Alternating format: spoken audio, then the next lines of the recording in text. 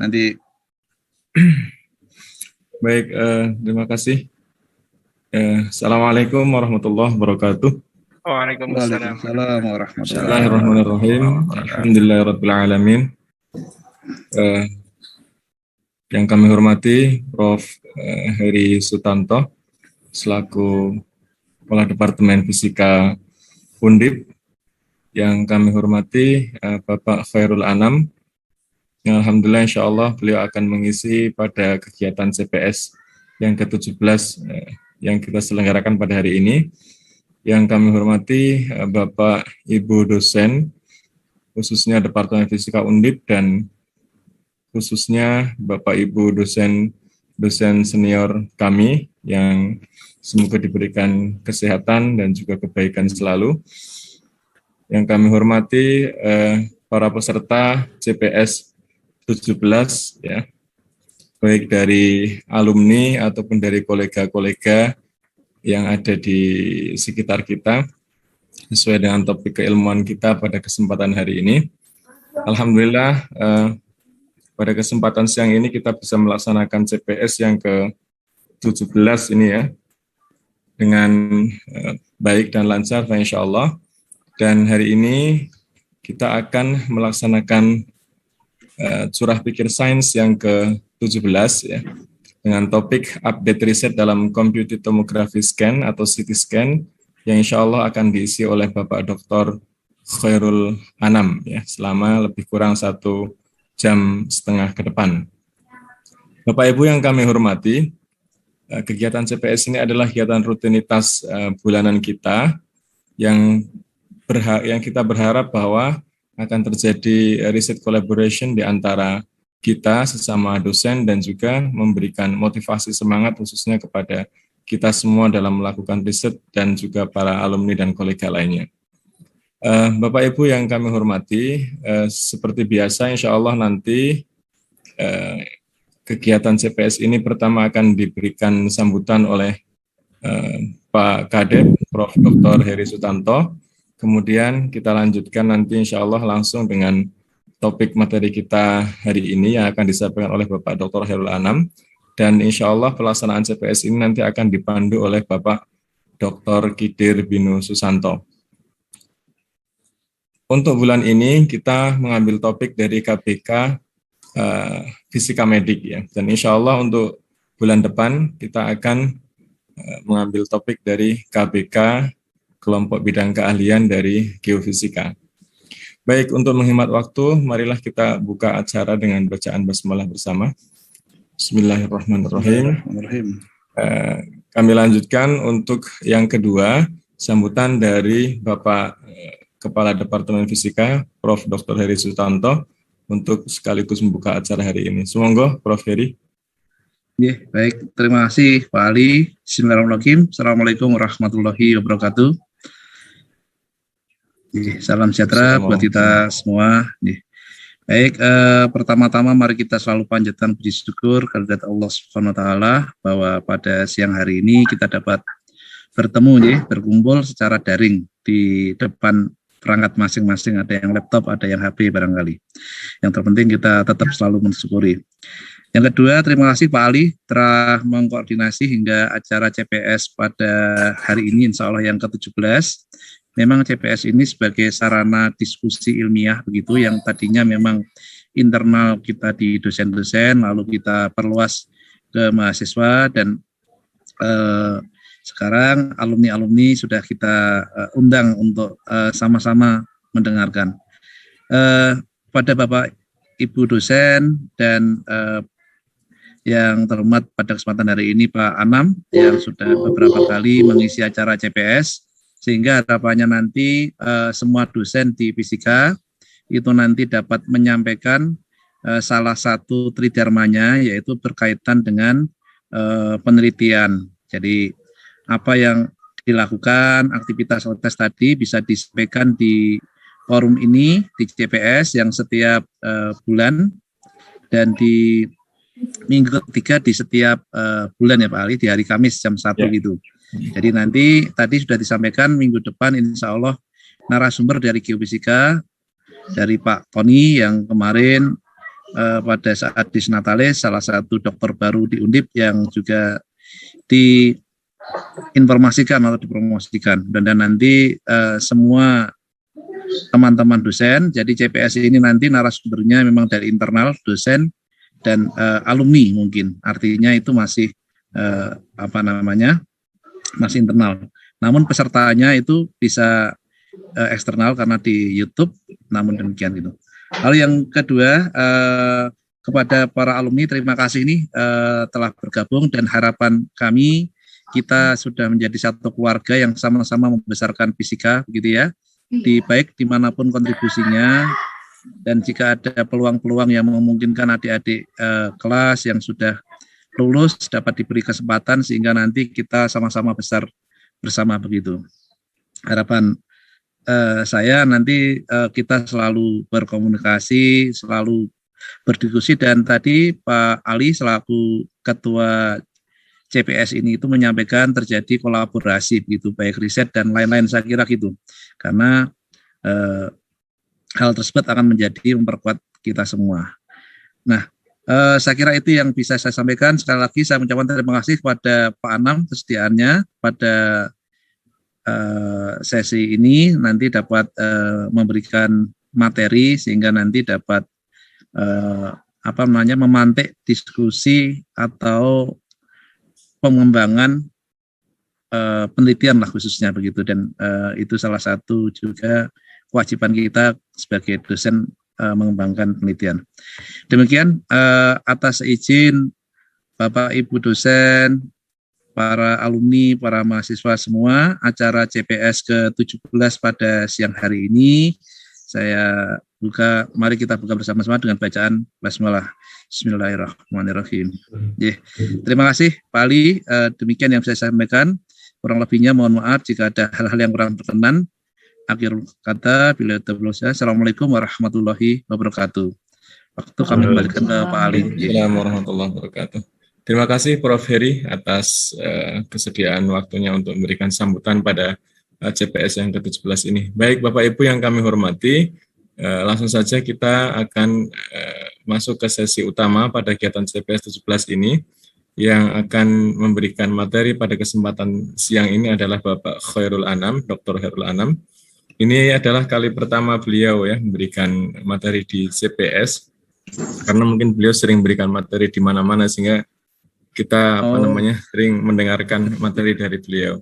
Tapi insya Allah banyak topik yang disampaikan beliau, sesuatu yang baru yang bisa kita manfaatkan nanti keilmuannya. Untuk memandu acara ini, insya Allah Bapak Dr. Kidir Binu Susanto yang akan memandu selama kegiatan CPS yang ke-17 ini. Baik, kami persilahkan Bapak Kidir untuk bisa memulai pelaksanaan CPS ini. Silakan Pak Dr. Kidir. Terima kasih Pak Ali. Bismillah, Assalamualaikum warahmatullahi wabarakatuh. Waalaikumsalam warahmatullahi wabarakatuh. Sebelum kita mulai, jadi saya akan membacakan CV dari Bapak Khairul Anam. Jadi Pak Khairul Anam, beliau itu lahir di Kudus 4 Januari tahun 79 dan mendapatkan gelar sarjana fisika dari Undip Fisika tahun 2001. Lalu beliau juga memperoleh gelar master dari UI pada tahun 2010 dan mendapatkan gelar doktor dari ITB tahun 2018. Dan pada tahun 2016 beliau melakukan penelitian tentang dosis radiasi CT scan di Kyushu University Jepang. Lalu berikutnya semenjak tahun 2006 beliau menjadi pengajar dan peneliti di Undip, dimulai dosen sejak tahun 2016 di Panam. Dan bidang penelitiannya adalah pengolahan citra medis atau medical image processing dan dosimetri pada bidang radiologi, diagnostik, dan radioterapi. Beliau telah mempublikasikan paper sebanyak 150 paper, banyak sekali ini, dari hasil penelitian beliau. Dan paper tersebut ada di posting dan jurnal baik nasional ataupun internasional. 56 di antaranya terindeks Scopus. Beliau juga menjadi reviewer di berbagai jurnal internasional bereputasi. Di antaranya adalah Medical Physics, lalu Physics in Medicine and Biology, Journal of Applied Clinical Medical Physics atau CACMP dan lain sebagainya. Jadi ini ada banyak sekali listnya, Bapak sekalian. Dan saat ini beliau juga dipercaya sebagai editor-in-chief pada jurnal Berkala Fisika dan anggota editorial board untuk Journal of Medical Physics and Biophysics dan Journal of Physics and its Application. Salah satu paper yang dipublikasi di JACMP terpilih sebagai The Best Medical Imaging Physics Article pada tahun 2016. Beliau juga mendapat penghargaan sebagai Outstanding Reviewer pada Jurnal PMB pada tahun 2018 dan pada Jurnal BPIX pada tahun 2019. Lalu pada tahun 2019, beliau juga mendapatkan penghargaan sebagai The CIFOM Young Leader Awards tahun 2019 dari Asosiasi Fisika Medis Asia Tenggara. Dan beliau ini juga merupakan developer IndoCT, software untuk menghitung dosis radiasi pada pasien yang mengalami pemeriksaan CT, dan IndoQCT, yaitu software untuk mengukur kualitas citra CT secara otomatis.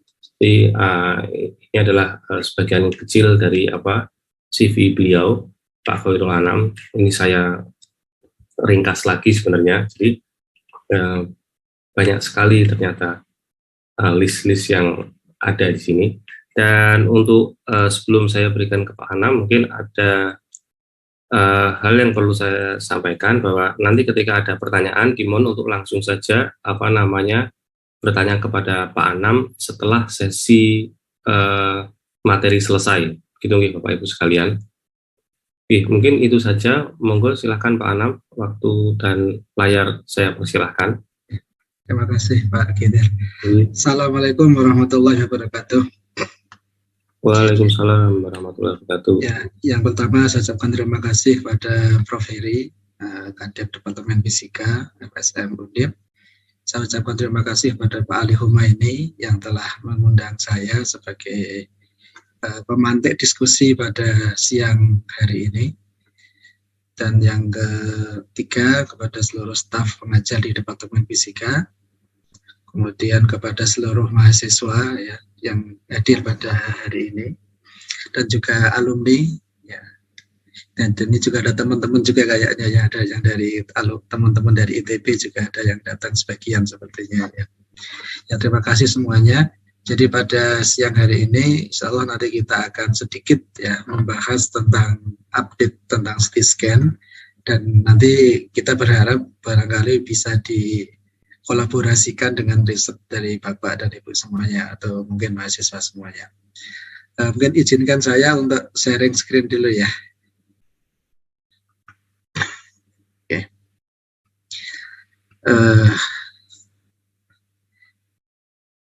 Ini PowerPoint yang saya buat ya. Corak Pikir Sains yang ke-18, temanya tentang update riset dalam computed tomography. Saya Khairul Anam. Yang pertama saya ingin komentari ya. Ini background yang di belakang saya ini sebetulnya bukan CT scan ya. Background yang di belakang saya ini sebetulnya adalah MRI. Memang tampilannya hampir sama tapi beda ya. Salah satu perbedaan mencolok kalau secara fisik itu, kalau MRI itu dia jauh lebih tebal ya. Dan yang kedua di sini itu ada koil tambahan ya. Ini koil kepala ya. Sementara kalau CT tidak ada yang seperti itu. Ya mungkin yang membuat player tidak begitu paham. Tapi ya Pak. Jadi Pak, mohon maaf. Ya kita lanjut. Jadi pendahuluan ya. Jadi dalam CPS ini, insya Allah saya tidak akan terlalu banyak membahas tentang aspek teknis ya, pada riset CT.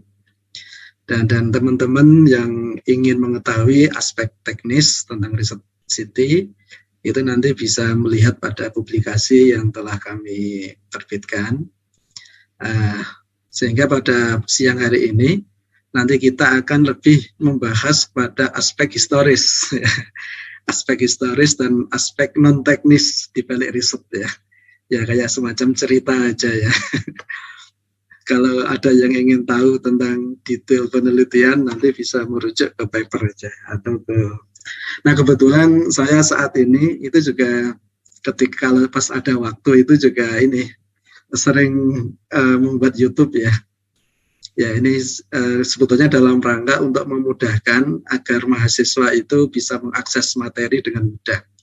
Sebab kalau kita itu ngandalin di kuliah, saya ngalami sendiri, itu kadang-kadang misalnya dari 20 materi yang harus kita sampaikan, itu yang tersampaikan hanya mungkin 5 atau 6 atau 7 ya, sehingga tidak optimal.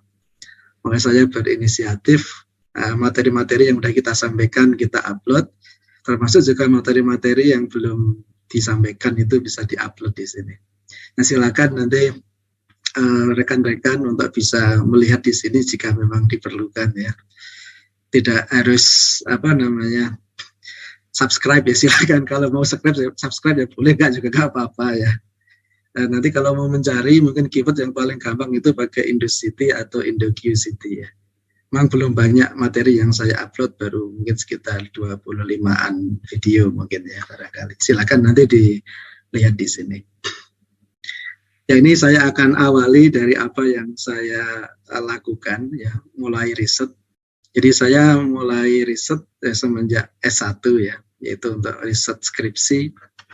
Dan waktu itu tema atau judul yang kami angkat itu adalah kajian teoritis penentuan tenaga vibrasi rotasi molekul diatomik ya, dengan pembimbing Pak Dr. Muhammad Nur, waktu itu belum profesor ya, dan Pak DRS Dwi P. Sasongko, waktu itu belum daftar ya. Ini adalah riset pertama yang saya lakukan, dan ini betul-betul riset yang full teoretik ya. Di sini saya berusaha untuk latihan untuk menurunkan persamaan Schrödinger dengan potensial Morse ya. Ya betul. Yang dibutuhkan waktu itu hanya kertas sama pen ya. Ya, kita menurunkan potensial Morse itu hampir 40 halaman folio itu ya. Ya, itu pengalaman pertama di S1. Kemudian waktu dapat kesempatan S2, saya kuliah di UI. Waktu itu mengambil tema simulasi Monte Carlo untuk kontaminasi elektron pada berkas sinar X 6 MV produksi pesawat Linac Electa SL-15. Ini juga murni komputasi ya. Waktu itu saya dibimbing oleh Prof. Jarwani dan Pak Freddy Haryanto dari ITB ya. Dan betul-betul ini murni komputasi, saya nggak ke rumah sakit sama sekali. Karena waktu itu data head Linac itu dikasih Pak Freddy dari Jerman ya. Ini pengalaman pertama dan kedua, ini pengalaman yang luar biasa melakukan riset ya. Tapi memang risetnya ini boleh dikata sangat teoritis dan sangat komputasi sekali. Dan kalau untuk kepentingan klinis tampaknya memang masih sangat jauh ya. Makanya saya itu punya harapan ya ketika selesai S1, apalagi setelah selesai S2. Jadi punya harapan jika nanti suatu saat diberi kesempatan untuk sekolah S3 oleh Allah, ya ini punya pikiran atau punya harapan untuk melakukan riset yang lebih aplikatif itu, yang dapat dimanfaatkan oleh masyarakat. Nah, harapannya seperti itu. Nah, riset waktu S1 dan S2, terutama yang S1 ya, itu lebih pada kepuasan intelektual ya. Jadi merasa senang kalau menurunkan persamaan diferensial yang panjang gitu. Tapi memang aplikasinya di masyarakat ya, kalau untuk di Indonesia mungkin tidak terlalu banyak digunakan ya. Nah, kebetulan dulu waktu S2 saya diajari ada dua mata kuliah yang diajar oleh Pak Dr. Warsito ya. Ini beliau mungkin orang yang sangat terkenal, ya salah satu penemu ECVT ya, dan termasuk beliau juga menemukan alat yang lain untuk pengobatan kanker itu. Nah, waktu itu diajari oleh beliau tentang rekonstruksi citra pada CT scan menggunakan MATLAB ya. Di waktu itu meskipun beliau waktu ngajari itu menggunakan blok-blok program gitu, nah kebetulan saya waktu itu tertarik untuk mencoba melihat dalamnya itu ada apa sih gitu. Sehingga waktu selesai S2, saya memang tidak melanjutkan riset S2 ya tentang Monte Carlo. Saya ternyata nggak begitu menyukai Monte Carlo. Salah satunya itu karena waktu yang dibutuhkan terlalu lama. Kadang-kadang kita itu simulasi semalaman, pagi menjelang selesai listrik mati gitu ya. Sehingga nggak terlalu tertarik dengan Monte Carlo. Sehingga setelah selesai S2 saya itu banyak mencoba untuk mengembangkan apa yang dulu pernah diajarkan oleh Pak Warsito ya, yaitu membuat rekonstruksi kecil-kecilan gitu ya. Nah, tidak ada hal yang baru sebetulnya, ya, hanya sekedar mengerjakan apa yang pernah dikerjakan orang. Jadi memang kadang-kadang untuk riset di awal-awal kita tuh nggak usah terlalu berpikir kepada hal yang baru ya. Kalau kayak gitu nanti kita frustasi nanti. Yang penting apa yang bisa kita kerjakan meskipun itu sudah dikerjakan orang. Nanti insya Allah seiring dengan perkembangan nanti akan ada kemajuan, sehingga lama-lama nanti itu kita sampai pada edge, pada batas nanti itu ya. Nah, saya lulus S2 di tahun 2010 ya. Kemudian di tahun 2012 waktu itu ada pertemuan gitu. Saya ketemu dengan Prof. Jarwani dan Bu Jarwani. Saya kalau manggil beliau itu nggak pernah Prof ya, manggilnya selalu Bu ya. Sama dengan di ITB itu saya nggak pernah manggil Prof. Kebiasaan di sana begitu. Nah, saya tuh waktu ketemu dimarahi oleh Bu Jarwani, gara-gara saya itu nggak segera melanjutkan sekolah S3 gitu. Pokoknya dimarahi, intinya disuruh untuk segera ngambil S3. Ya, kalau bisa di luar negeri, beliau menjanjikan kalau mau di luar negeri nanti akan dihubungkan dengan IAEA, nanti ada beasiswa dari sana. Atau kalau enggak, saya didorong untuk kuliah di ITB gitu ya. Dan saya didorong untuk riset tentang City, terutama tentang dual source City, di SCT. Karena saat itu tema tentang dual source City ini baru rame lah ibaratnya begitu. Dan di Indonesia boleh dikata belum ada orang yang riset tentang dual source City ini atau DSCT ini.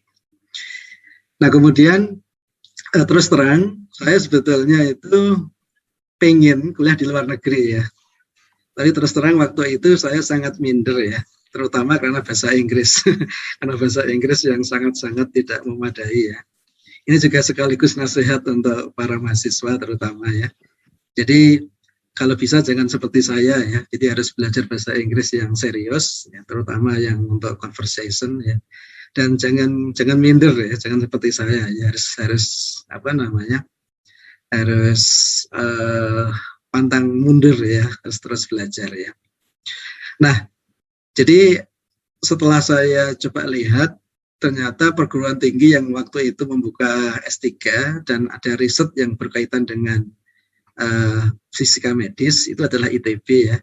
Kebetulan Pak Freddy sendiri, karena waktu S2 beliau yang membimbing saya sudah kenal baik. Nah akhirnya mendaftar di ITB dan alhamdulillah diterima di sana dan akhirnya riset akhirnya masuk di ITB bersama dengan Pak Freddy ya, intinya seperti itu. Nah memang waktu mulai riset ya itu sebetulnya muncul tidak percaya diri ya muncul ketidakpercayaan diri. Kenapa?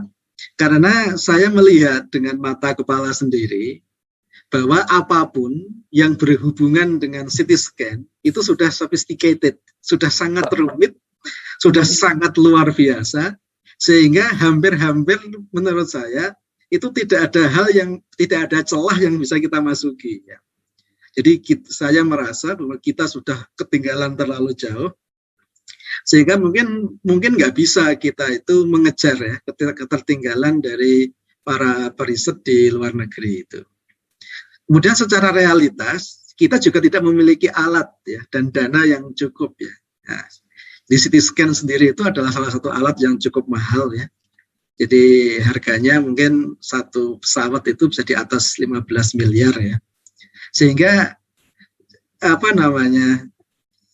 ya saya hanya berpikir kita itu memang ditakdirkan sekedar sebagai pengguna saja gitu.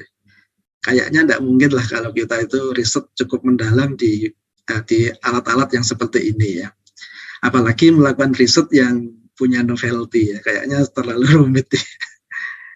Sehingga waktu itu yang terpikir adalah pokoknya yang penting riset ala kadarnya, yang penting nanti S3-nya selesai gitu ya. Ya cara berpikir yang sangat sederhana sebetulnya. Jadi memang tidak percaya diri, minder ya, itu hal yang normal ya, hal yang wajar. Apalagi kita melihat sesuatu teknologi yang ada di depan kita itu sudah sedemikian rupa ya. Jadi kayaknya memang sudah tidak ada hal lagi celah yang bisa kita masuki untuk pengembangan ya. Nah waktu itu saya sebenarnya kenal baik dengan yang paling baik dengan Pak Freddy ya. Tapi waktu itu yang membimbing saya yang pertama adalah Pak Idam, Prof. Idam, Pak Freddy dan Bu Rena ya, Bu Rena Widida. Ini adalah di ITB yang membidangi di bidang biofisika dan fisika medis ya. Nah, hal yang cukup menarik adalah ya. Jadi ketika saya mulai masuk di ITB itu bulan apa itu ya? Bulan Agustus atau bulan September atau apa itu? Ya baru masuk itu belum ada 1 bulan. Waktu itu kebetulan ada SIKOM yang diselenggarakan di Singapura ya. SIKOM tahun 2013. Nah waktu itu Pak Freddy itu menyuruh saya harus ikut SIKOM dan harus membuat paper. Ya, terus terang saya ya nervous ya. Nah ini juga pengalaman pertama ke luar negeri ini. Ya, saya memang banyak pengalaman pertama dengan Pak Freddy. Pengalaman ke luar negeri pertama, pengalaman presentasi pertama dalam bahasa Inggris, juga mungkin pengalaman pertama ditanya orang dalam bahasa Inggris ya. Jadi memang cukup menegangkan ya. Di segala sesuatu yang pertama itu memang menegangkan ya. Itu pengalaman yang luar biasa. Nah waktu itu ada workshopnya di dalam SIKOM itu. Nah, ada salah satu presentasi yang cukup menarik, meskipun terus terang saya tidak begitu paham karena bahasa Inggris yang tidak terlalu mencukupi ya. Itu presentasi dari Dr. Donald McLean, ini adalah representatif dari IAEA, yang waktu itu menjelaskan tentang dosimetri pada CT ya. Dan akhirnya saya itu waktu itu terpikir sesuatu gitu tentang dosis CT. Sehingga akhirnya saya terpikir untuk mengubah judul, mengubah topik ya. Dari rekonstruksi citra pada CT ke dosimetri. Itu poin pertama. Terus poin yang kedua, saya juga berpikir, jadi kalau seandainya saya riset tentang rekonstruksi citra, oke, seandainya misalnya jadi, terus mau apa gitu. Kita juga nggak dilirik oleh vendor-vendor besar yang risetnya ada di Amerika, di Jerman. Sehingga memang waktu itu saya berpikir, jadi kita memang harus mulai dari pinggir ya.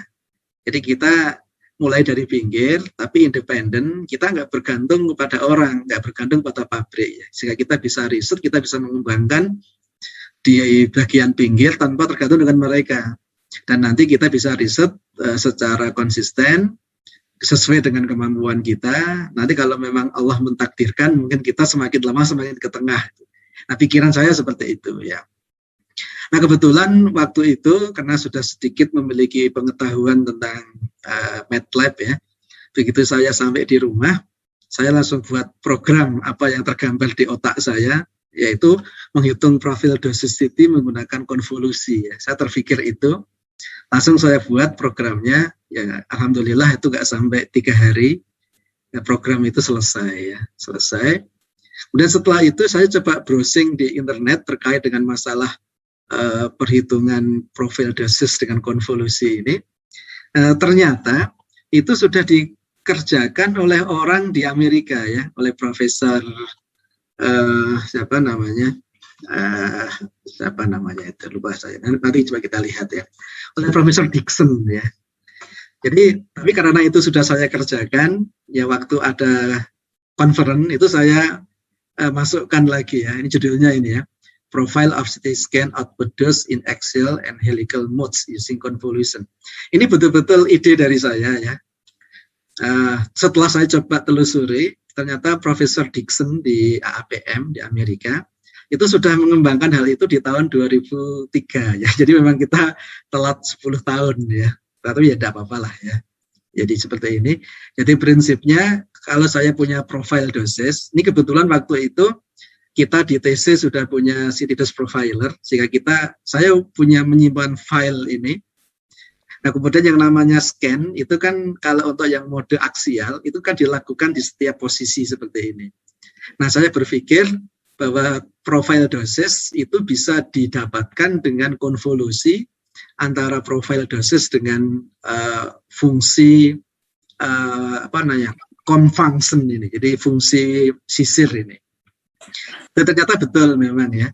Dan hasil yang saya dapat itu luar biasa. Jadi dengan kita tahu satu profil, kita itu bisa mendapatkan MSAD, Multiple Scan Average Dose. Dan yang dari situ nanti kita bisa dapat nilai City Dose Index ya. Itu yang saya dapatkan. Itu hal yang sebetulnya menurut saya memang hal yang baru dan itu muncul dari ide saya sendiri sebetulnya.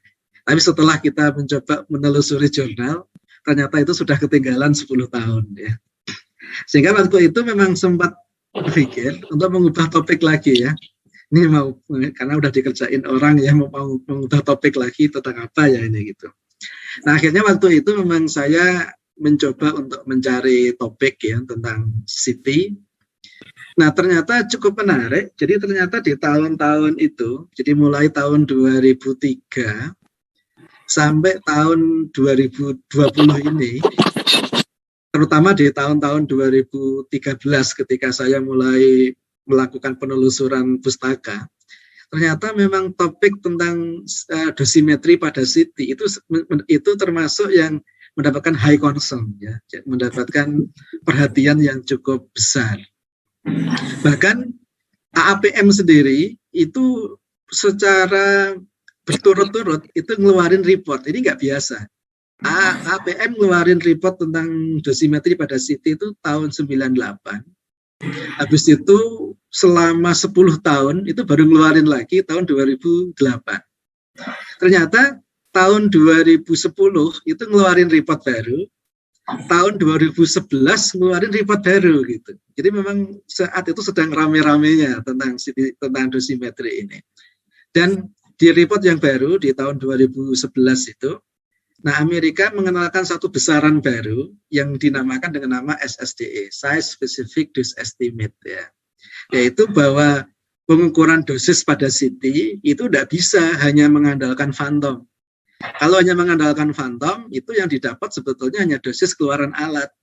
Nah kalau kita ingin mendapatkan dosis pada city, kita harus memperhitungkan ukuran pasien, karena ukuran pasien itu sangat mempengaruhi dosis yang diterima. Itu yang dinamakan dengan nama SSDE ya.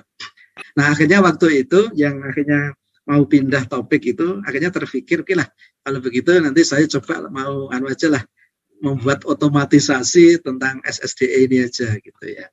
Oke, akhirnya waktu itu kemudian kita mencoba untuk membuat program ya sebisa kita, tentu dengan keterbatasan yang luar biasa ya, karena kita juga ibaratnya baru masuk ke hutan yang kita tidak tahu medan dengan baik, di sana itu ada apa, sudah sampai mana. Jadi memang dunia riset itu seperti hutan belantara ya, yang kalau kita masuk pertama itu pasti bingung ya, ini kita posisi ada di mana, orang-orang lain sudah di mana, itu kita tidak tahu ya, semuanya nggak ada yang kelihatan dan semuanya seakan-akan itu sudah pekat itu ya. Nah akhirnya waktu itu, ini adalah report tahun 2011, yaitu report AAPM tahun untuk nomor 204 ya, yang mengenalkan konsep SSDE dan diameter efektif. Nah waktu itu saya berpikir saya akan mencoba membuat otomatisasinya gitu. Kebetulan saya sedikit punya pengetahuan tentang programming ya, tentang MATLAB itu ya, saya coba buat itu. Waktu itu terus terang sangat bingung ya, karena saya sebetulnya dulu itu pengen segmentasi menggunakan K-mean clustering atau menggunakan metode region growing dan lain sebagainya. Ternyata sangat rumit itu. Akhirnya sangat rumit ya sudahlah. Akhirnya saya memutuskan adalah saya mau menggunakan cara menurut saya aja, menurut pikiran saya aja. Yang penting hasilnya seperti yang kita harapkan. Akhirnya waktu itu kita mencoba untuk membuat tulisan dari situ ya, tentu ala kadarnya dengan data yang sangat minimal ya. Terus waktu itu ada conference yang diadakan di Bali. Nah, saya disuruh Pak Freddy untuk ikut ya, saya ke Bali pada waktu itu dengan teman-teman, ada 3 teman ya, ada Bu Nita sama Pak Adita. Dan sebetulnya yang menarik hasil papernya itu nanti dimuat di jurnal ini, Advance ASEM ini ya, jurnal ASEM ini, singkatan dari Advanced Science, Engineering and Medicine ya. Nah ini pengalaman pertama ini nulis di jurnal internasional ya. Ya tentu saja ini bukan jurnal yang bereputasi ya, tapi ya lumayan lah untuk latihan yang pertama itu ya. Kemudian alhamdulillah saya diuntungkan ya. Jadi setelah saya itu melakukan otomatisasi tentang SSDE ini dengan konsep diameter efektif, kemudian di tahun 2014 itu AAPM itu ngeluarin report baru yaitu penggunaan water equivalent diameter ya. Ini cukup menarik ini. Jadi ternyata ukuran pasien itu tidak cukup hanya secara geometris, tapi harus betul-betul memperhitungkan komposisi dari pasien. Jadi misalnya dosis pada toraks sama pada perut, meskipun diameternya sama, tapi komposisinya berbeda, sehingga dosis yang diserap nanti itu berbeda. Gitu. Kemudian ini dituangkan dalam report nomor 220 yang terbit di tahun 2014. Nah, saya sangat senang sekali. Begitu report ini terbit, nah saya langsung tune in ya, langsung mencoba beralih ke report ini. Dan kemudian sama pikiran saya membuat otomatisasinya aja, saya membuat otomatisasinya dengan cara yang saya bisa intinya. Alhamdulillah setelah jadi, kemudian saya kebetulan waktu itu ada teman yang kerja di rumah sakit, saya minta citra pasien, alhamdulillah dikasih ya. Kemudian saya tulis apa adanya. Nah setelah jadi, kemudian saya waktu itu memberanikan diri ya. Jadi memang kadang-kadang kita itu nekat modelnya. Jadi memberanikan diri untuk mensubmit hasil penelitian kita ke jurnal AAPM. Ya, waktu itu ke jurnal JSCME, Journal of Applied Clinical Medical Physics, jurnal Q1 ya. Ya tentu saja kita sangat tidak yakin ya, ini hanya trial aja, hanya uji coba aja. Kalau diterima ya alhamdulillah, kalau enggak ya enggak apa-apa. Yang penting mencoba aja dulu. Nah setelah saya masukkan, dan di sini memang sengaja saya kasih judul Based on APM Task Group 220. Ini sengaja untuk mencoba menarik perhatian APM aja sebetulnya ya. Nah kemudian singkat cerita, setelah mungkin direview selama 4 bulan atau berapa gitu, nah ini papernya dikembalikan ke saya dengan revisi mayor ya. Ternyata salahnya itu luar biasa banyaknya dan dinyatakan tidak layak sebetulnya ya. Tapi alhamdulillah waktu itu masih dikasih kesempatan untuk diperbaiki gitu. Ya sudah, termasuk disuruh untuk nambah data. Ya alhamdulillah akhirnya saya perbaiki sesuai dengan kemampuan. Dan setelah itu saya kirim lagi revisinya ke JSCMP. Alhamdulillah dapat report beberapa pekan setelah itu. Alhamdulillah ternyata diterima ya. Alhamdulillah. Ini pengalaman pertama ya. Pengalaman pertama menulis di jurnal yang bereputasi ya. Jadi memang pengalaman itu bertahap ya. Nah kemudian di tahun 2016 itu saya diperintah oleh Pak Freddy untuk riset di Jepang ya. Saya alhamdulillah dapat kesempatan untuk riset di sana ya. Dan setelah saya pulang di tahun 2017 ya kira-kira bulan Maret atau bulan April gitu ya, saya dapat email dari AAPM yang intinya bahwa alhamdulillah paper yang saya tulis di tahun 2016 yang terbit di 2016 itu mendapat penghargaan sebagai the best medical imaging physics article ya. Jadi memang kadang-kadang di luar pikiran, di luar yang kita bayangkan ya.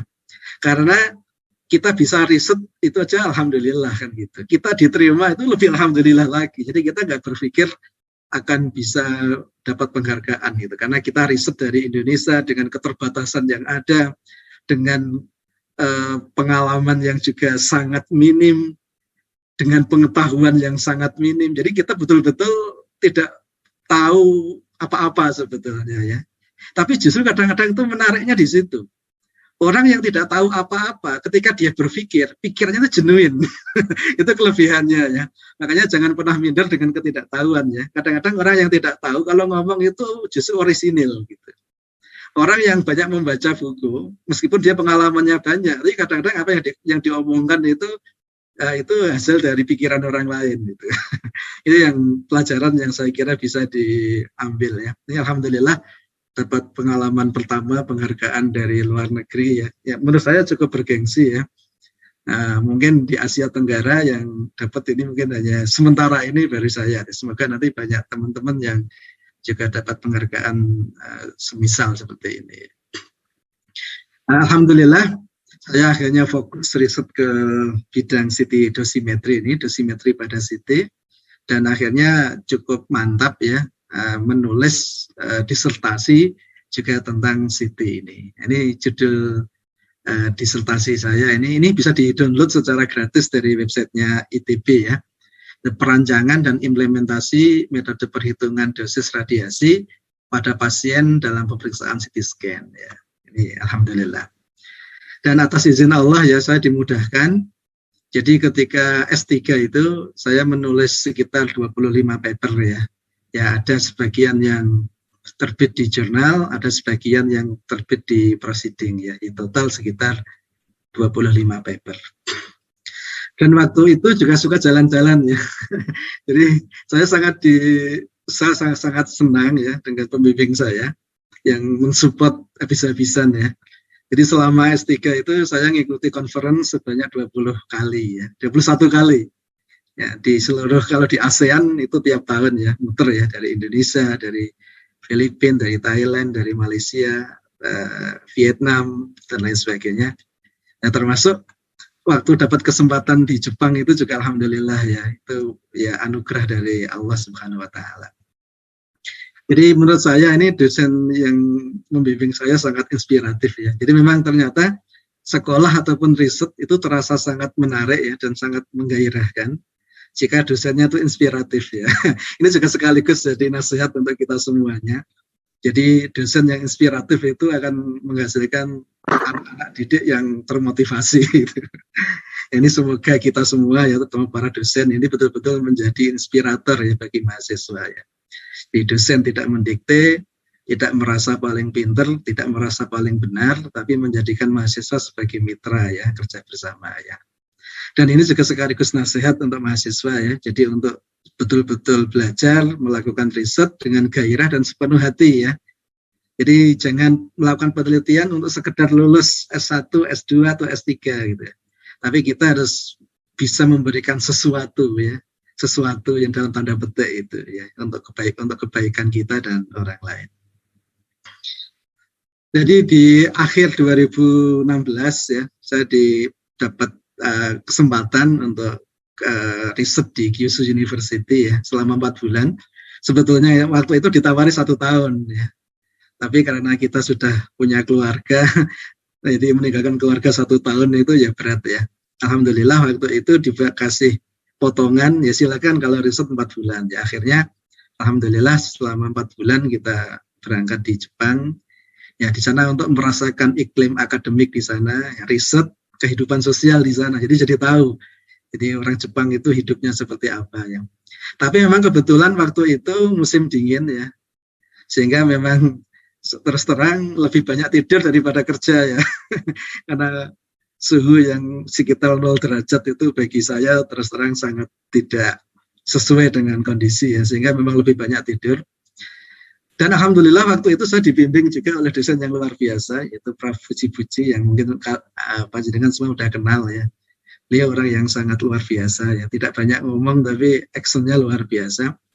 Nah selama 4 bulan di Kyushu itu, saya 4 bulan diajak jalan-jalan juga, 4 kali ya. 4 conference yang saya hadiri itu, termasuk ada conference di Ibaraki. Nah Ibaraki itu ada di sebelah utaranya Tokyo ya, mungkin Pak Ali jauh lebih tahu daripada saya atau Pak Kitir ya. Jadi kita naik pesawat dari Kyushu sampai di Tokyo. Nah dari Tokyo itu naik kereta masih 2 atau 3 jam perjalanan gitu. Dan yang ini sangat menarik ini riset di conference di Ibaraki ini. Jadi riset ini itu yang membiayai semuanya itu pabrik ya. Jadi memang Jepang luar biasa. Jadi ada suatu pabrik namanya itu Toyota Pokoknya itu pabrik yang memproduksi PLD, photoluminescent detector, Chiyoda Technol ya. Jadi dia itu dalam setahun sekali atau setahun 2 kali itu mengumpulkan ilmuwan-ilmuwan, para peneliti, dosen, mahasiswa yang melakukan penelitian di bidang dia. Itu di setiap setahun sekali atau setahun 2 kali itu dipanggil. Dan itu dibiayai semuanya. oleh perusahaan itu. Dan nanti masing-masing mahasiswa atau peneliti itu disuruh untuk presentasi. Dan nanti presentasinya yang bagus, yang hasilnya bagus, itu nanti diadopsi oleh pabrik itu. Jadi memang luar biasa ini, kolaborasi antara kampus dengan pabrik itu. Dan menarik, ini pengalaman luar biasa ya. Di sana saya ketemu dengan para pakar di dunia. Nah, itu tadi saya coba cari fotonya, tapi nggak ketemu ya. Yang cukup menarik adalah waktu yang diberikan kepada para presenter itu hanya 2 menit. Jadi kita itu presentasi di depan panggung yang dihadiri ratusan orang, presentasi hanya 2 menit itu. Itu betapa. Jadi kita itu dibayar mahal-mahal, naik pesawat dari satu kota ke kota lain hanya untuk presentasi 2 menit itu ya. Tapi memang luar biasa ya. Jadi kalau kita itu mungkin dianggap pemborosan ya. Ini luar biasa. Dan alhamdulillah meskipun waktu itu banyak tidur ya, saya dimudahkan untuk menulis paper ya. Waktu itu alhamdulillah berhasil menulis 4 paper ya. Nah ini salah satunya, ada paper yang terbit di salah satu jurnal di Oxford University ya. Ini sama dengan Pak Fuji. Ini untuk jurnal Q2 waktu itu. Yang ini juga sama, Journal of Radiological Protection. Ini juga di Q2. Nah, ketika saya menulis 2 paper ini sangat menarik. Ini pengalaman di Jepang ya. Jadi memang, jadi waktu itu saya tuh cerita kepada Pak Fuji bahwa kami di Indonesia itu punya CT-DOS profiler gitu. Saya cerita aja saya. Dan beliau menanggapi dengan dingin gitu. Oh gitu ya gitu. Nah kemudian besok harinya ketika saya ketemu beliau, dia bilang ke saya, "Nam, hari ini yuk kita coba riset menggunakan CT-DOS profiler ya," gitu. Saya kaget loh, dari mana dia punya. Ternyata ketika saya bilang begitu, dia langsung kontak temannya. Dan di Jepang itu biasa. Jadi alat itu saling pinjam-pinjaman ya. Jadi dia pinjam jadi itu langsung kontak temannya di kampus yang lain atau dari perusahaan atau dari manapun. Dia tuh saling meminjami. Jadi alat tuh saling meminjami mereka itu ya. Termasuk yang sebelah kiri ini juga sama. Jadi waktu itu alatnya ini ada di suatu rumah sakit itu, ya kita minjam dari sana. Jadi memang itu budaya di sana itu, saling mendukung, saling kolaborasi. Jadi satu alat itu milik suatu kampus itu bisa dipinjam oleh kampus-kampus yang lain gitu ya. Ya itu yang menarik, yang saya kira juga pengalaman yang luar biasa. Nah, alhamdulillah setelah kita melakukan penelitian, kita submit ke jurnal, alhamdulillah diterima di jurnal internasional. Jadi selama 4 bulan dimudahkan untuk nulis 4 paper di sana ya. Nah, kemudian riset-riset yang cukup banyak itu yang berserakan, ya alhamdulillah saya coba satukan dalam suatu software yang namanya Indocity ya. Nah, Indocity ini sebetulnya adalah himpunan ya, himpunan dari riset-riset terkait dengan dosis pada CT scan ini. Sebetulnya ini saya tulis di tahun 2015 sebetulnya. Tapi ini sebetulnya waktu itu masih masih sangat kasar sebetulnya ya. 15 itu 2015, A itu maksudnya pertama ya, gitu. Nah, kemudian setelah itu ini berkembang, jadi setiap nambah tombol itu bisa nambah 1 paper ya. Ada ide baru kita tambahkan di sini. Nah, alhamdulillah setelah saya lulus S3 ya, pulang ke Undip di tahun 2018. Nah, waktu itu kemudian saya berpikir untuk mencari mahasiswa ya yang bisa bekerja bersama sebagai tim ya. Ternyata alhamdulillah luar biasa. Jadi mahasiswa anak-anak muda itu kadang-kadang lebih hebat dari yang kita perkirakan ya. Nah, misalnya di Undip sendiri itu banyak anak-anak mahasiswa yang luar biasa, yang jauh lebih pintar dari saya terus terang ya, dari hal apapun itu. Nah, waktu itu ada salah seorang mahasiswa yang namanya Mas Fahmi ya. Ini orangnya nggak hadir di sini kayaknya ya. Nah, dia itu sanggup untuk mentransformasi Indocity dari MATLAB menjadi Python ya. Ini yang akhirnya jadi Indocity versi 20B ini ya. Ini luar biasa ini, sehingga tampilannya menjadi tampilan yang cukup menarik dengan fitur-fitur yang luar biasa banyaknya sekarang ya. Dan semuanya sudah terintegrasi meskipun masih banyak sekali kekurangan-kekurangan di sini. Ini sebetulnya adalah yang buat bukan saya ini. Yang buat ini mahasiswa ya, Mas Fahmi ini. Saya hanya ngoreksi aja ya. Ini setiap pekan sekali saya koreksi gitu, nanti diperbaiki lagi setiap pekan dikirim ke saya lagi, saya koreksi. Jika memang koreksiannya berapa puluh kali saya sampai lupa ya, saking banyaknya ini ya. Kemudian alhamdulillah Indocity sekarang sudah ada di website ya, sudah bisa di-download secara gratis dari manapun, dan alhamdulillah juga Indocity ini sudah banyak di-download oleh berbagai peneliti dari beberapa negara ya. Ya tadi malam itu ada salah seorang profesor dari Brasil ya yang download ini, dan insya Allah dia mau menggunakan. Ada dari Italia, ada dari India, ada dari Australia, ada dari Jepang, ada dari Nigeria, ada dari Tunisia, terus ada kemudian dari Arab Saudi juga yang download ini ya. Dia tertarik katanya mau pakai hal ini ya.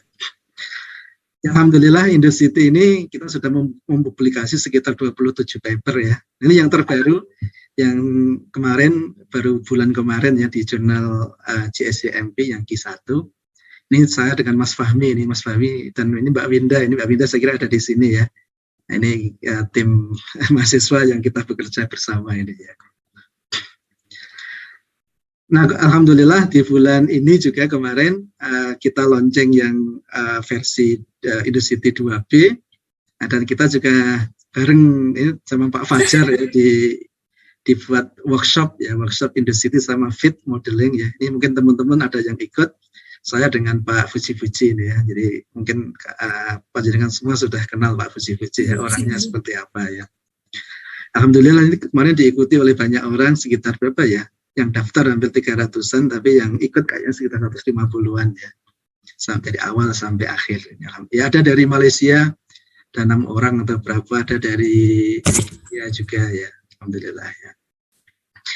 Nah kemudian selain Indocity, nah kebetulan saya semenjak lulus S3 juga mulai berpikir bukan hanya dosis, tapi karena yang namanya optimasi itu yang justru yang penting itu tentang image quality ya.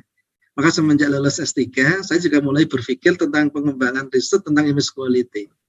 Ya waktu itu nggak terpikir mau menyatukan programnya, ya yang penting kita mencoba untuk satu-satu gitu ya. Nah setelah cukup banyak, ini cukup berserakan ini ya. Nah kemarin ada salah seorang mahasiswa yang mau belajar dengan serius, namanya Mas Arij ya. Dia siap mau menyatukan, ya alhamdulillah ini. Akhirnya kita buat suatu software baru yang namanya IndoQCity ini. Q singkatan dari quality ya. Nah, ini sekarang sudah dalam pengembangan, dan beberapa sudah saya buat YouTube-nya yang rekan-rekan mungkin bisa melihat di YouTube ya, tentang IndoQCity ini. Ini Mas Aris ini luar biasa ini. Jauh lebih cepat dari yang saya perkirakan. Jadi saya dulu mungkin berharap mungkin di tahun 2022 itu baru kelihatan bentuknya, ternyata jauh lebih cepat ya, di tahun ini baru beberapa bulan ini sudah hasilnya cukup luar biasa ini. Dari IndoQCity ini juga sudah kita publikasi banyak paper ya, ada sekitar 20 paper ya. Ini salah satunya tentang otomatisasi slice thickness, ini kemarin baru terbit di jurnal JSCMP juga, ini di Q1. Ini contoh yang terbit di jurnal di Polandia, Polish Journal of Medical Physics ya. Ini oleh Mbak Noviliawati, Mbak Rahma. Ini tapi dianya belum lulus ini. Papernya sudah lama padahal ya. Ini tentang otomatisasi gen retail ya, kemiringan genre pada CT scan. Nah ini juga cukup menarik ya. Ini tentang otomatisasi perhitungan noise di CT ya. Ini bisa diterapkan pada pasien ini ya, langsung. Jadi tidak pakai phantom.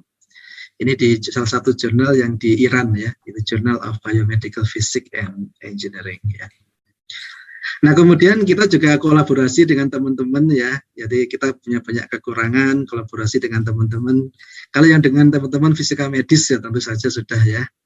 Nah ini juga teman-teman dari KBK yang lain. Ini beberapa waktu yang lalu sama Prof. Heri ya. Jadi Prof. Heri kemarin sempat membuat shielding ya dari silikon rubber dan dikasih dengan PP. Nah, waktu itu saya berpikir gimana kalau itu diterapkan di CT gitu ya. Nah, kemudian beliau setuju. Nah tapi memang risetnya ini nggak bisa di Indonesia ini, karena kita kesulitan kalau riset di Indonesia karena kita yang pertama nggak punya fantomnya, kita nggak punya detektornya. Akhirnya waktu itu saya kontak dengan Prof. Fuji di Jepang itu, gimana kalau seandainya saya ngirim mahasiswa untuk riset di sana. Ternyata mereka senang sekali ya. Akhirnya ada salah seorang mahasiswa yang datang ke sana, namanya Mbak Yulia ini. Alhamdulillah, dia segera ke sana, kemudian riset di Jepang kira-kira 1 bulan. Ternyata hasilnya luar biasa ya. Jadi silikon rubber ini bisa mereduksi dosis sekitar 50%. Tapi yang cukup menarik adalah dia itu tidak mengganggu citra sama sekali. Gitu. Jadi kalau yang sebelumnya dia bisa mereduksi dosis, tapi citra yang ada itu terganggu semuanya. Gitu. Ini yang luar biasa ya. Akan waktu itu saya berpikir, ini harus dikirim di jurnal Q1 ini gitu.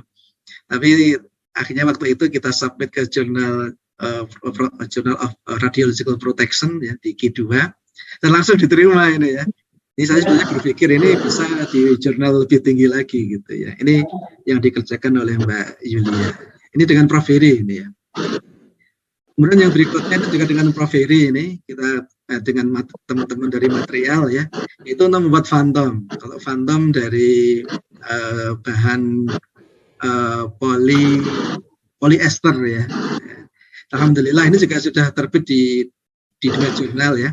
Yang pertama di Radiological Protection dan yang kedua yang kemarin Mbak Hafsah itu terbit di jurnal Iranian Journal of Medical Physics ya. Nah, ini hasil yang didapatkan ya. Ini kolaborasi dengan teman-teman dari ELIN ya, ini dengan Prof. Kusworo, ini Pak Kusworo. Nah, kita mengembangin salah satu filter. Nah, sebetulnya kalau di CT itu ada salah satu software yang cukup menarik ya, yaitu yang namanya Iterative Reconstruction ER. Tapi ini harus dibeli, harus bayar, harganya mahal ya. Nah, kita berpikir bisa nggak kita membuat filter yang cukup sederhana, yang cepat tapi hasilnya cukup bagus gitu ya. Nah waktu itu akhirnya kita terpikir dengan Prof. Heri, dengan Prof. Kusworo itu untuk membuat ini tentang filter yang kita beri nama Selective Mean Filter ya. Ini alhamdulillah dia terima di jurnal di Iran, Journal of Biomedical Physics and Engineering. Ini sekarang software-software seperti ini terintegrasi di IndoQCT ya. Ini hasil yang didapatkan ya. Jadi dia bisa mereduksi dosis sampai 50% ya, sampai 50% dengan image quality yang boleh dikata tidak terkoreksi secara signifikan. Gitu. Ini yang kolaborasi dengan Pak Ali Humaini ini ya, dengan Mas Yamah ini ya, itu menggunakan nanopartikel dengan pulse laser ablation itu, kemudian hasilnya nanti kita pakai untuk media kontras pada CT ya. Jadi memang kita perlu kolaborasi dengan berbagai macam pihak, terutama dengan teman-teman. Saya sebetulnya sangat bermimpi suatu saat itu nanti kita masuk ke hardware ya. Dan untuk itu memang terutama dengan teman-teman ELIN ya. Kita sangat-sangat penting untuk bareng-bareng itu. Kalau enggak kita ya nggak bisa. Jadi mungkin kita hanya punya ide, tapi kalau nggak didukung oleh teman-teman dari ELIN, ya nggak bisa gitu ya. Makanya di sini, bahkan suatu saat saya tuh berpikir kalau bisa kita sampai ke detektor gitu. Ini teman-teman material yang bisa mengerjakan hal ini. Jadi memang kita tidak bisa berjalan sendiri, kita harus bareng-bareng bersama dengan teman-teman yang lain. Kemudian ini termasuk pekerjaan lain yang sedang kita kerjakan juga untuk visualisasi ya. Ini yang cukup menarik, ini terbit di salah satu jurnal di Rusia ya, di Scientific Visualization.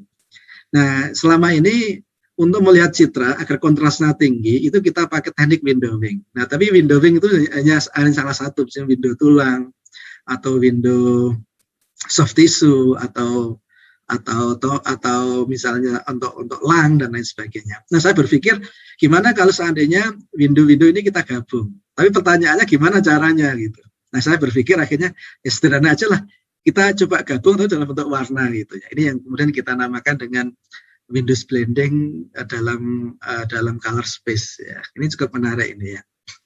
Dan kemarin ini saya lihat ada orang yang sudah mensitasi dan sudah mengembangkan lebih jauh lagi itu yang cukup menarik ya. Ini window yang 1, window 2, window 3 ini kita blend ya, kita campur gitu ya. Jadi Windows blending dalam bentuk warna seperti ini.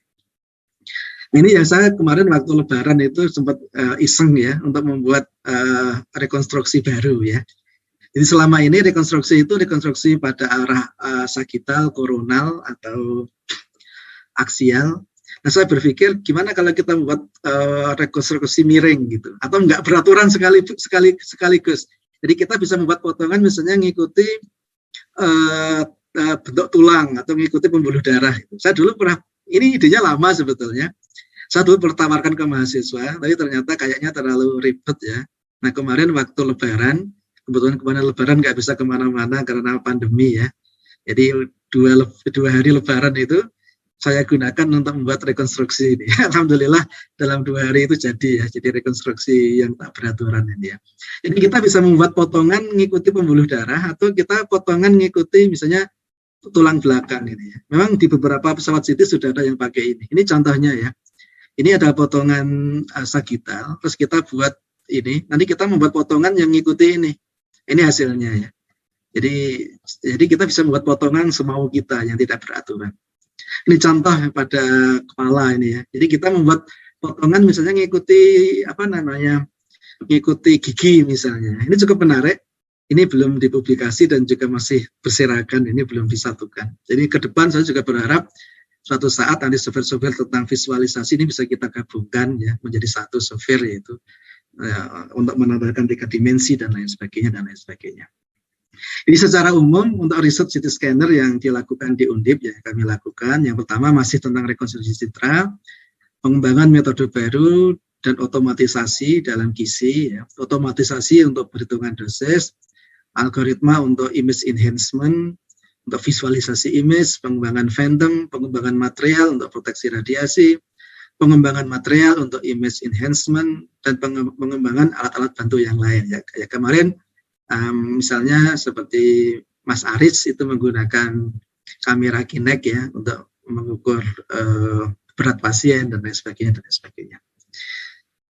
Ya, dan ini yang cukup menarik ya, alhamdulillah ya. Jadi meski kita memiliki keterbatasan ya, yang sangat luar biasa banyaknya, namun jika kita terus melangkah dan kita terus berupaya dengan istiqomah, ya insya Allah usaha kita akan membuahkan hasil dan dilihat orang. Ya. Jadi di tahun 2019 oleh SICOM, ya, saya diberi penghargaan sebagai SIFAM Young Leader Award for his excellent scientific contribution in CT dosimetry and image quality. Terima kasih kepada SICOM yang telah memberikan kepercayaan ini ya.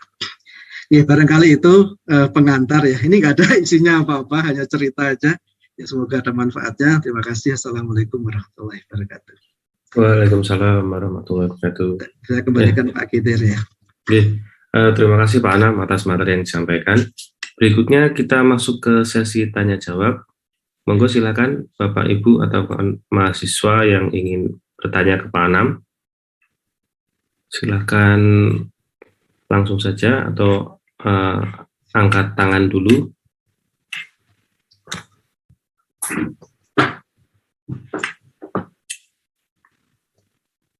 Ada yang mau bertanya?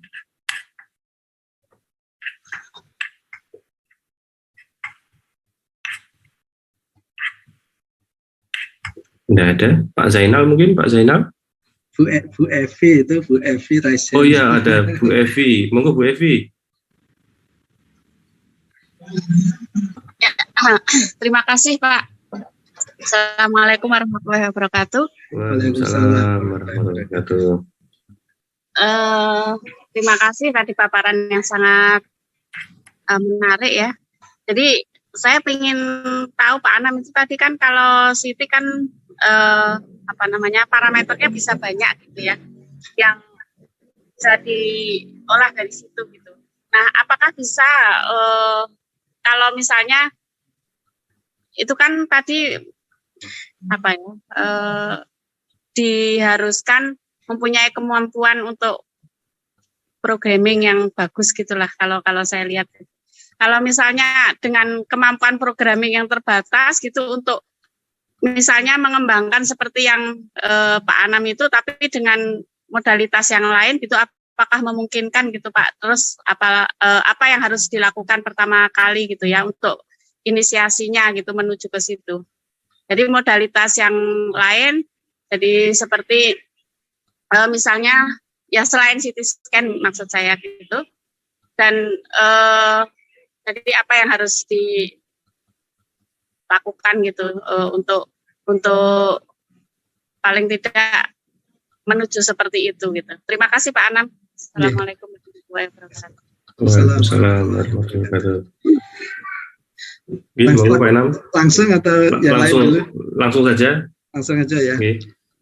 Jadi betul Bu Evi. Jadi sebetulnya tadi kan saya cerita pada Siti. Nah kalau selain Siti apakah juga bisa? Sebenarnya sangat bisa. Sangat bisa. Misalnya pada mamografi. Jadi kita itu menekuni mamografi, itu udah luar biasa. Jadi kita kalau misalnya dari mamografi itu mau publikasi 1000 paper aja itu masih turah-turah ibaratnya ya. Sebenarnya bisa. Cuma memang, jadi kalau kita melihat pekerjaan orang, itu memang jangan lihat hasilnya. Kalau kita ngelihat hasilnya tuh kayaknya sudah kemana-mana gitu ya. Tapi ketika awal memulai, itu ya betul-betul ya dari jelek sekali. Tidak ada orang yang tiba-tiba langsung hasil jadi gitu. Seperti Prof. Nur, Pak Nur misalnya. Ya kalau kita lihat sekarang ya udah kayaknya udah nggak mungkin dikejar. Tapi ketika awal memulai kan ya dari trial dulu, dari salah-salah, dari gagal dan lain sebagainya. Jadi semuanya itu seperti itu ya, seperti Pak Sofyan yang kemarin cerita tentang minyak itu awalnya ya mungkin ya sangat dasar ya. Saya juga sama. Ketika awal itu ya membuat program-program yang sederhana aja, latihan.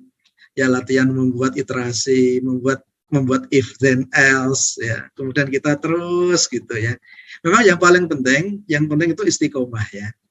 Nah, saya tuh melihat pembelajaran dari orang-orang Jepang. Jadi menurut saya sebetulnya orang Jepang itu tidak lebih pintar dari orang Indonesia. Tidak lebih pintar sebetulnya. Ya sama aja lah ya. Yang pintar ada, yang enggak ya juga ada juga ya.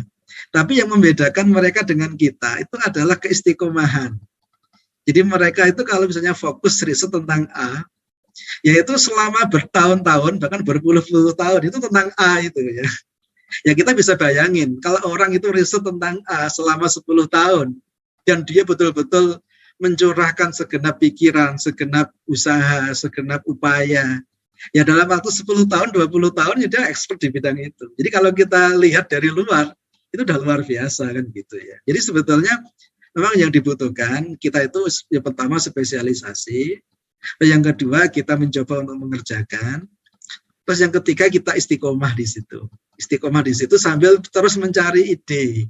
Terus mencari ide, membaca buku, membaca jurnal gitu ya. Ya terutama jurnal yang harus banyak dibaca ya. Ya kalau misalnya belum terlalu bisa baca jurnal ya buku dibaca dulu. Jadi kalau bukunya udah selesai baru baca jurnal ya. Sebanyak-banyaknya. Dan baca jurnal kalau bisa yang pertama itu jurnal tentang review dulu. Jangan jurnal yang riset, ya kita bingung gitu ya. Yang review dulu aja. Kita lihat, kita kasih catatan-catatan apa yang kira-kira bisa kita lakukan. Jadi dikit-dikit, insya Allah nanti itu lama-lama akan berkembang. Nanti kita akan sampai pada suatu titik. Jadi ketika di awal kita tuh bingung, kayaknya udah nggak ada yang bisa dikerjakan gitu. Tapi ketika kita itu istiqomah di bidang tertentu, kita itu akan sampai pada suatu titik di mana kita itu nggak cukup waktu untuk mengerjakannya, saking banyaknya. Akan sampai pada titik itu nanti itu ya. Ya kadang-kadang terus terang saya sendiri itu kadang-kadang dapat ide itu ya di mana-mana ya. Dan saya dulu dapat pengalaman dari Pak Ali Humaini. Entah Pak Ali itu ingat atau tidak ya. Kalau nggak salah Pak, sebelum Pak Ali jadi dosen di Undip ya. Jadi ketika beliau masih sekolah di Jepang itu katanya, ini nanti bisa dikonfirmasi ke beliau. Katanya beliau kemana-mana bawa catatan kecil gitu ya. Jadi begitu nanti dapat ide, itu langsung ditulis. Nah itu yang saya terapkan. Jadi saya itu setiap dapat ide, itu saya tulis judulnya dulu, kira-kira apa gitu. Nah bisa jadi apa yang saya kerjakan saat ini, itu sebetulnya adalah apa yang saya pikirkan 10 tahun yang lalu, bisa jadi. Ya nanti kadang-kadang itu mustahil, saya tuh nggak membayangkan suatu saat itu dikerjakan, tapi akhirnya sampai pada suatu titik di mana itu kita kerjakan gitu. Misalnya tadi saya cerita tentang masalah rekonstruksi yang tak beraturan tadi itu. Sebetulnya itu sudah saya pikirkan semenjak awal S3 gitu. Tapi saya nggak tahu gimana caranya. Tapi akhirnya kita itu bergelut di bidang itu lama-lama terus. Nah akhirnya kemarin itu waktu apa namanya waktu Idul Fitri itu ada waktu luang gitu. Ternyata ngerjakan itu nggak sampai 2 hari itu selesai gitu ya. Tapi kan untuk bisa seperti itu butuh berapa tahun itu. Jadi memang sebetulnya yang paling penting itu istiqomah ya. Dan saya lihat ini beberapa teman di kita itu sudah cukup istiqomah ya. Pak Ali, Pak Sofyan, Pak Nur. Nah, ini contoh para perisut yang istiqomah di bidangnya gitu ya. Itu yang saya kira memang kita harus buat track yang seperti itu ya. Tentu saja istiqomah tidak berarti nggak berkolaborasi ya. Kita kolaborasi dengan teman-teman. Tapi kita punya track sendiri gitu. Itu yang paling penting gitu. Ya misalnya teman-teman yang menekuni di bidang teori itu bisa membuat track sendiri gitu sebetulnya ya. Tapi kadang-kadang perlu dikolaborasikan, perlu disampaikan kepada teman-teman yang lain ya. Terus terang sebetulnya ada banyak masalah teoritis yang saya kerjakan yang nggak tersentuh ya. Ini teman-teman yang ahli di bidang penurunan matematika ini bisa mengerjakan ya. Saya terus terang kalau kaitannya dengan matematik saya udah malas juga.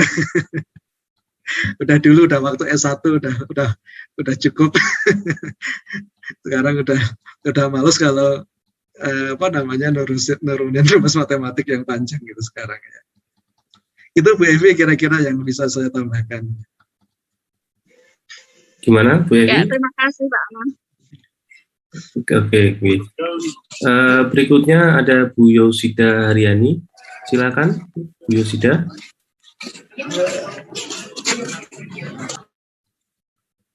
Assalamualaikum warahmatullahi wabarakatuh. Waalaikumsalam warahmatullahi wabarakatuh. Kesempatannya, perkenalkan saya Yusida dari RSI Surabaya. Untuk Pak Anam, tadi beberapa autor itu saya lihat ada yang dari klinisi di salah satu rumah sakit gitu di Jawa Tengah.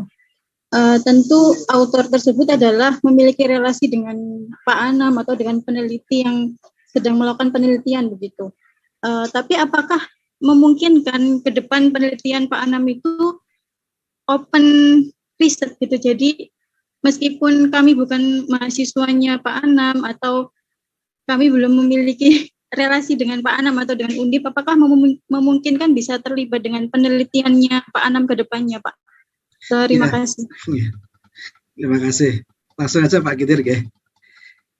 Terima kasih Bu Yusida ya. Tentu saja sangat bisa ya. Jadi memang kita tidak bisa berjalan sendiri ya. Saya sangat berhutang dengan teman-teman di rumah sakit ya. Karena terus terang, saya itu orang yang tidak pernah riset ngambil data di lapangan. Dari lahir sampai detik ini. Tidak pernah. Itu kelemahan saya juga ya. Jadi memang saya kebetulan punya teman yang di rumah sakit. Saya kadang-kadang minta tolong ya. Bisa nggak kalau misalnya saya dikasih citra pasien? Bisa nggak kalau saya dikasih ini? Jadi kalau teman-teman ada yang mau kolaborasi, ya tentu saja saya sangat senang ya.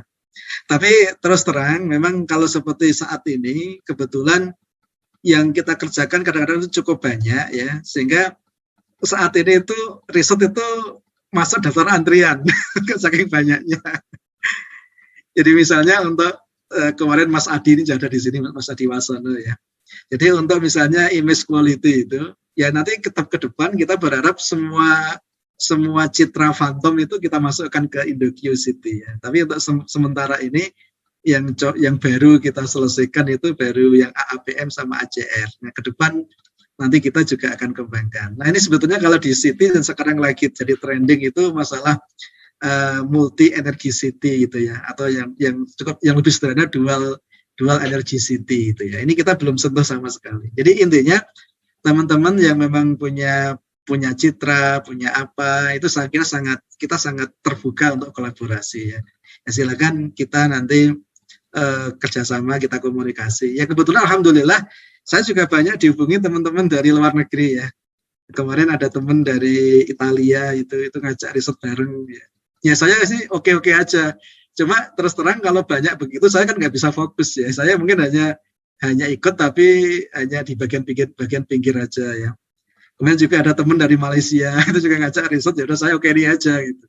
Tapi saya di bagian pinggir aja ya. Terus ada teman dari mana kemarin tuh? Dari Iran ya, dari Iran itu juga sama ya. Ya gitulah. Ini kemarin yang paper yang dengan teman dari mana?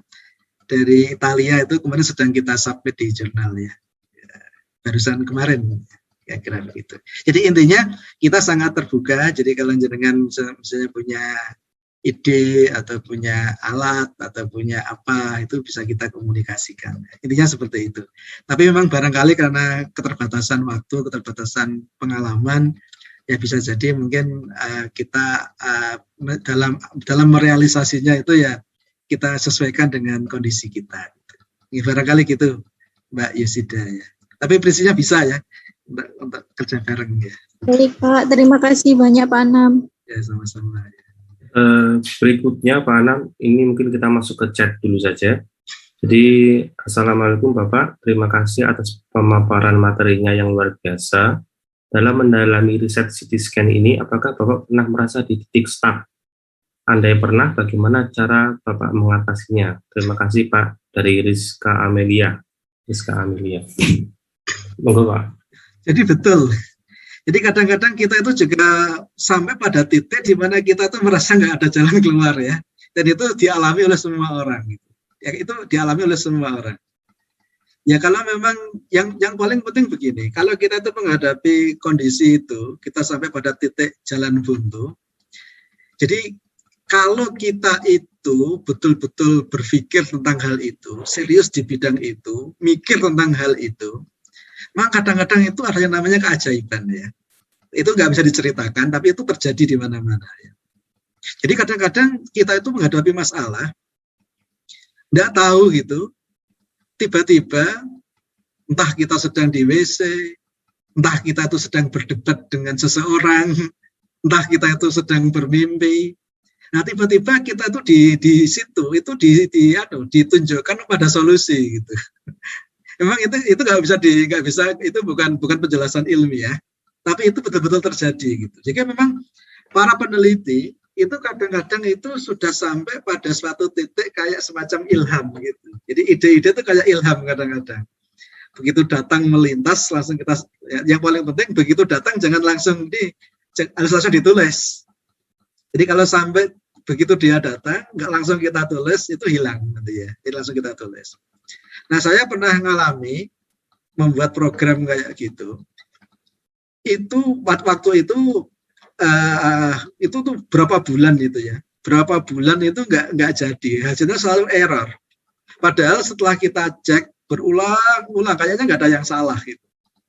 Error terus. Padahal pada besok misalnya, besok itu harus dipresentasikan, harus jadi gitu. Itu selama berbulan-bulan itu nggak ketemu, betul-betul nggak ketemu. Nah kemudian menjelang presentasi beberapa menit gitu, saya juga nggak tahu yang saya lakukan itu apa, yang saya ubah itu apa, saya nggak tahu. Tapi nggak tahu, tiba-tiba program itu jalan gitu. Ketika pas presentasi, saya juga heran juga gitu, kenapa bisa begitu ya. Tapi memang itu betul-betul terjadi gitu. Jadi memang ide itu bisa datang dimanapun dan kapanpun. Dan solusi itu bisa datang dari kapanpun dan dimanapun. Makanya kalau kata Pak Ali itu ya memang kalau bisa kemana-mana itu bawa catatan ya. Ya mungkin pada sekarang kayaknya nggak ada artinya, kayaknya nggak ada maknanya. Tetapi itu akan sangat bermakna nanti ya. Ya saya terus terang saat ini bimbing mahasiswa itu mungkin lebih dari 20 orang ya kayaknya ya. Nah itu sebetulnya bukan ide tiba-tiba ya, tapi itu sebetulnya setiap saya punya ide itu saya catat gitu. Nanti begitu ada mahasiswa datang saya suruh ngerjain ini. Nah kadang-kadang ketika mahasiswa disuruh kerja nggak bisa, ya sudah kalau nggak bisa jangan usah dipaksa ya. Apa yang mereka bisa. Tapi kadang-kadang justru apa yang dikerjakan mahasiswa yang itu kadang-kadang malah memunculkan ide-ide yang cukup menarik juga gitu ya. Jadi intinya setiap orang itu pasti akan menghadapi problem, menghadapi jalan buntu. Tapi kalau kita istiqomah ya kita terus berpikir di situ, nanti kita akan dituntun pada jalan itu. Dan bisa jadi memang itu tidak sekarang ya. Ya kadang-kadang tadi saya cerita, apa yang kita kerjakan saat ini itu kadang-kadang adalah ide 10 tahun yang lalu kadang-kadang gitu. Jadi memang ya seperti itulah kehidupan gitu. Jadi kita nggak bisa jelaskan semuanya secara saintifik kadang-kadang. Ya. Gitu Pak. Gitu.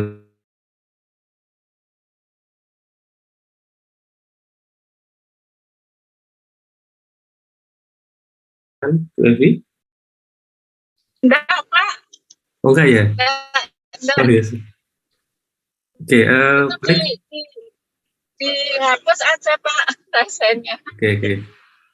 Baik, ada lagi Bapak Ibu sekalian untuk pertanyaan terkait materi yang sudah disampaikan Pak Anam? Ini dari Mas Adi Wasono. Oh iya, ada di chat. Maaf, cuma menyinggung soal paper tentang tilting planning pada CT scan, tapi yang saya lihat tadi itu gambar MRI sagittal, bukan gambar CT scan sagittal localizer atau sagittal deforma dari CT. Mohon koreksi kalau saya salah. Di paper tadi. Ya, mungkin saya sedikit komentari. Jadi kalau citra yang tadi saya tampilkan itu sebetulnya adalah citra CT ya. Citra CT, tapi itu belum menggunakan windowing. Sehingga memang dia masih citra mentah sebetulnya, belum dikasih windowing. Dan kalau di CT scan itu memang agak beda dengan MRI ya. Kalau di CT scan citra dasar itu selalu aksial. Nah, dari citra aksial nanti bisa kita rekonstruksi jadi sagittal, jadi koronal. Ada yang saya kerjakan itu kita rekonstruksi pada bidang miring oblik dan pada bidang tak beraturan. Itu sebetulnya pada citra CT. Nah, kalau pada MRI itu cukup menarik memang ya. MRI itu citra dasarnya itu bisa jadi tidak aksial, bisa jadi sagittal, bisa jadi koronal. Nah, itu salah satu kelebihan dari MRI dibanding dengan CT scan. Tentu ada banyak kelebihan yang lain karena di MRI itu karena parameter yang didapatkan itu banyak ya. Kalau di CT itu kan hanya nilai mu yang didapat, koefisien atau nilai linier. Kalau di MRI itu kan bisa T1, bisa T2, bisa proton density, bahkan yang terbaru bisa difusi, bisa perfusi, dan lain-lain. Sehingga kalau MRI memang dia jauh lebih kompleks ya. Jadi kalau citra yang tadi saya pakai itu sebetulnya adalah citra CT ya, citra CT. Tapi kalau gambar di judul tadi itu, flyer, nah itu gambar MRI kalau itu. Ini Pak Adi ini sebetulnya ahli nih ya, ahli CT dan ahli MRI ini dari Bandung ini. Ya. Begitu Pak Adi Wasono, apa jawaban dari Pak Anam? Terima kasih Pak. Gimana? Apakah ada yang mau bertanya lagi? Mungkin saya mau menanyakan satu hal Pak Anam, ini agak selingan sedikit. Jadi Pak Anam itu kan dulu S1-nya teori ya, dan setelah itu kayak S2-nya itu baru mulai ke komputasi, dan itu sudah menjurus ke medik ya Pak ya? Betul ya. Sebenarnya yang membuat jenengan itu berminat menekuni fisika medik itu tadinya apa Pak? Apa cuma mengalir saja atau seperti apa Pak? Ya, jadi sebetulnya saya waktu S1 itu teori ya. Dulu saya tuh dosen yang paling banyak mengajar itu Pak Nur ya. Saya sangat excited dengan Pak Nur dulu. Dan komputasi saya tuh paling nggak bisa. Ya. Paling nggak bisa dan saya itu paling gaptek ya. Saya tuh baru berani pegang komputer itu semester 7 atau berapa gitu ya. Sehingga dulu yang ngajar komputasi saya itu Bu Sumari, kok mudah gitu ya. Ternyata mudah ya. Ya akhirnya ya kita mengalir aja gitu ya. Terus kemudian waktu itu memang saya berpikir, saya S1 udah sangat teori, jadi saya berpikir nanti kalau seandainya bisa dapat kesempatan untuk kuliah, saya mau ngambil yang tidak teoritis, tapi yang betul-betul aplikasi sehingga bisa lebih dimanfaatkan. Gitu aja sebetulnya ya. Dan akhirnya ya mengalir ke medis ya sampai sekarang itu. Kayak gitu kira-kira Pak Gitir ya. Jadi seperti jenengan yang terbiasa teori itu sebetulnya luar biasa itu. Ini tinggal diarahkan aja. Jadi dulu jenengan ketika S2 nggak ada kenapa kok medik saja, karena ada semacam kayak alasan khusus ke sana. Kalau medis itu sebetulnya ini terkait dengan jadi sebetulnya kan begini. Jadi di Undip itu buka fisika medis kan sudah cukup lama sebetulnya, sangat lama. Tahun berapa itu ya yang Prof Wahyu itu ya. Nah kemudian tetapi tidak ada satupun dosen itu yang pendidikannya memang fokus di medis itu tidak ada. Nah, ketika saya jadi staf di tahun 2006, itu oleh Prof. Wahyu memang diarahkan. Dia mengarahkan, Pak Anam, nanti nekuni medis saja ya, biar kita ada yang ngerti lah, yang memang pendidikannya betul-betul di fisika medis gitu. Ya sebetulnya yang mengarahkan saya Prof. Wahyu ya, intinya seperti itu, ke medis itu. Nah, tapi saya ke komputasi itu ya karena sebetulnya ya merasa cukup menarik ya, akhirnya lebih banyak ke komputasi dan medis itu. Gitu ya kira-kira Pak gitu. Ini ada lagi pertanyaan di kolom chat dari Pak Arij Noval. Terima kasih Pak Anam atas pemaparannya. Saya sendiri tertarik riset pada CT, tapi ada permasalahan klasik yaitu bagaimana cara mencari, memahami dan mengorganisasi jurnal-jurnal ilmiah. Adakah tips untuk hal tersebut? Terima kasih. Ya, ini Mas Aris ini mahasiswa saya yang ngerjain IndoQ-CT ini. Jadi luar biasa nih beliau ini ya. Jadi memang betul ya. Jadi untuk memahami materi yang paling bagus itu buku ya. Paling bagus itu buku. Cuma buku itu biasanya isinya itu dasar-dasar. Jadi tidak mendalam ya. Kalau kita ingin mendalam, ya kita harus masuk ke jurnal. Dan kalau jurnal itu kalau bisa memang harus jurnal yang bereputasi. Jadi kalau kita misalnya memang mau menekuni fisika medik, ya kita harus memaksa diri untuk baca-baca paper minimal itu ya yang di medical physics, yang di JSCMP, yang di fisika medika kayak gitu. Jadi harus memberanikan diri untuk membaca. Meskipun nggak mudeng ya.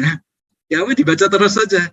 Dibaca terus, dikasih digarisi, di macam-macam. Nah, terus nanti kita coba baca pelan-pelan, mungkin sedikit demi sedikit. Nanti lama-lama jadi paham insya Allah ya, tapi pun butuh waktu. Terus nanti kalau paper, saya terus terang, semenjak S3 itu, saya tuh punya paper tuh banyak sekali ya. Ya mungkin ada puluhan ribu paper. Ya dari medical physics, dari PMP, dari JSCMP gitu. Ya, dan itu saya organisir di komputer saya buat folder sendiri, saya buat subbab sendiri gitu. Ini bab tentang dosis, ini bab tentang image quality, ini bab tentang apa. Itu saya kira puluhan ribu paper ya. Nah, ya saya tentu saja nggak baca semuanya, saya hanya baca beberapa yang cukup mendasar ya.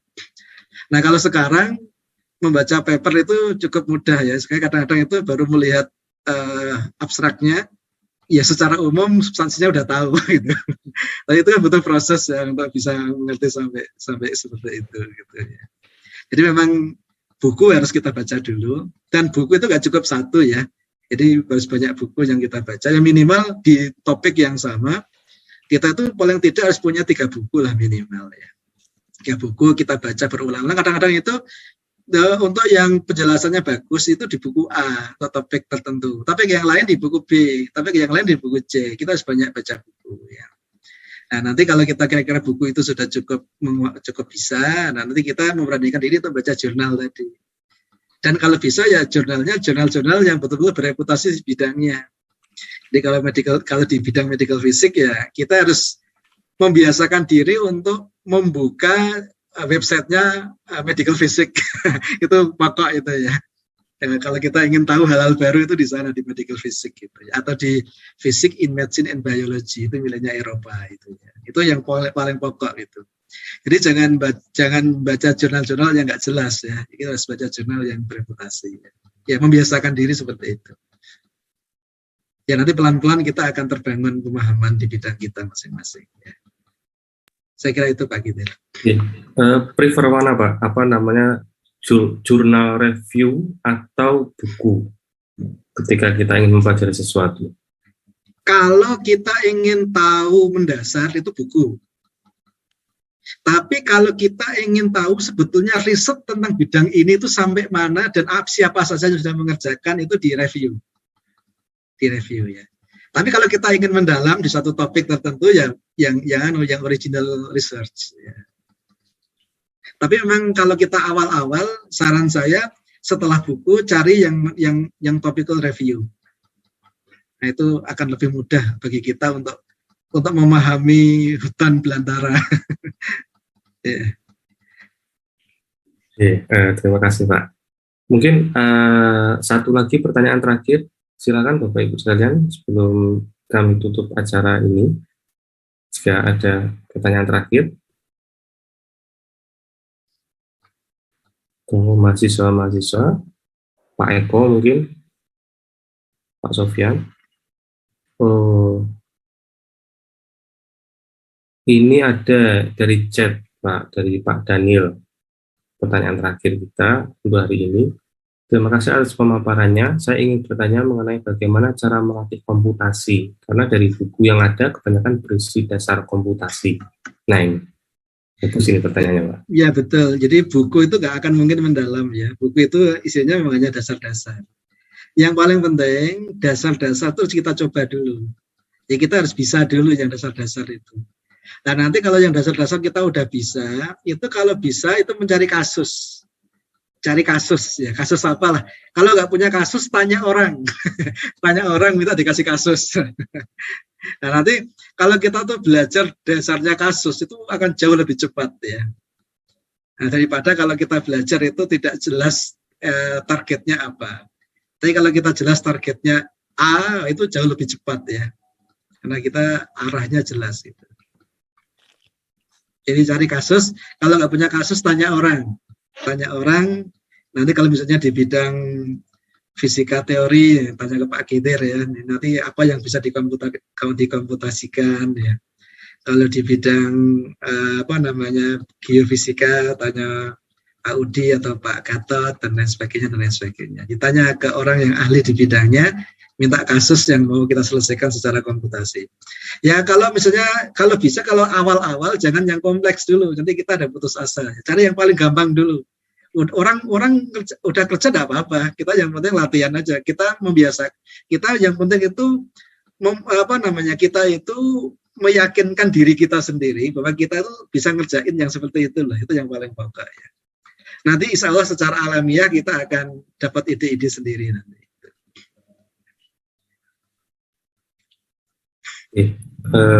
Baik, terima kasih Pak Anam atas jawabannya, dan itu tadi pertanyaan terakhir menutup kegiatan kita kali ini. Alhamdulillah kita sudah sampai di penghujung acara. Terima kasih Pak Anam atas paparannya dan motivasi yang diberikan. Insya Allah paparan dan diskusi kita kali ini memberikan banyak manfaat bagi kita semua dan juga memotivasi kita untuk menjadi lebih maju. Dan tidak hanya untuk fisikawan medik saja atau mahasiswa-mahasiswa radiasi, tapi untuk semuanya yang ikut dalam acara ini, Bapak Ibu dosen yang lain juga, dan juga mahasiswa-mahasiswa yang lain yang di luar fisika radiasi untuk hari ini. Dan karena acara sudah selesai, paparan sudah selesai, saya kembalikan lagi ke Pak Ali. Monggo Pak Ali.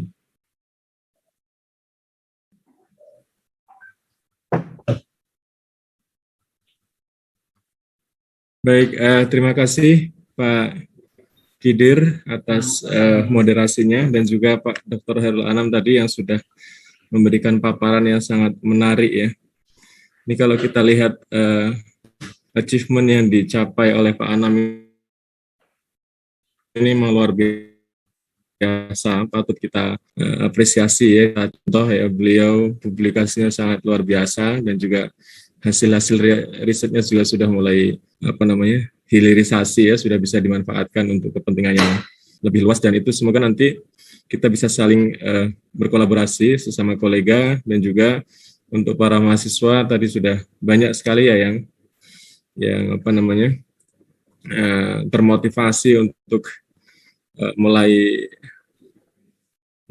mencapai kompetensinya masing-masing ya, dan beliau tadi sudah memberikan masukan bahwa sebenarnya tidak perlu kejeniusan ya, tapi perlu keistiqomahan dalam membidangi sebuah bidang keilmuan, dan semoga itu bisa dicapai oleh kita semua insya Allah ya. Baik Bapak Ibu yang kami hormati dan juga para kolega rekan-rekan semuanya, saya kira untuk CPS pada siang hari ini, CPS yang ke-17 insya Allah sampai di sini ya, dan sekali lagi kami sampaikan terima kasih kepada Pak Khairul Anam atas paparannya dan juga Pak Kidir atas moderasinya. Demikian untuk kegiatan CPS pada bulan ini dan semoga memberikan manfaat. Mohon maaf jika dalam pelaksanaan kurang berkenan di hati Bapak Ibu semuanya. Kami tutup untuk kegiatan ini. Terima kasih. Assalamualaikum warahmatullahi wabarakatuh. Waalaikumsalam. Terima kasih Pak Ali. Terima kasih Pak Anam, Pak Kidir, dan juga Bapak Ibu semuanya yang sudah berkenan untuk hadir. Saya live dulu ya, ada ngajar. Pak.